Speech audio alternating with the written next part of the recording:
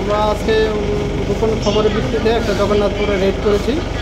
Red করে প্রায় 200 counting চলছে। আমরা ইন্ডিয়ান মেড বিলাতি মসজিদে আমরা সিজ করেছি। কজনকে আটক করেছে? একজনকে আটক করেছি। কি নাম ওর? সুভাষ কুমার।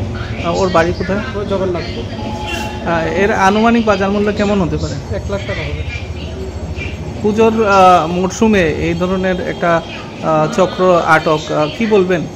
আমরা যেহেতু খবর ছিল যে যেহেতু কাউন্টার বন্ধ থাকবে, বিভিন্ন জায়গাতে একটা স্টক করার চেষ্টা করছে, সেই অনুযায়ী আমরা যাতে স্টক না করতে পারে এবং যাতে আমরা শান্তিপূর্ণভাবে যে পূজা পালন উপভোগ করতে পারি এবং কোনো রকম বিশৃঙ্খল পরিবেশ সৃষ্টি না হয়, সেই উদ্দেশ্যে আমরা এরকম আজকে যে রেড করেছি।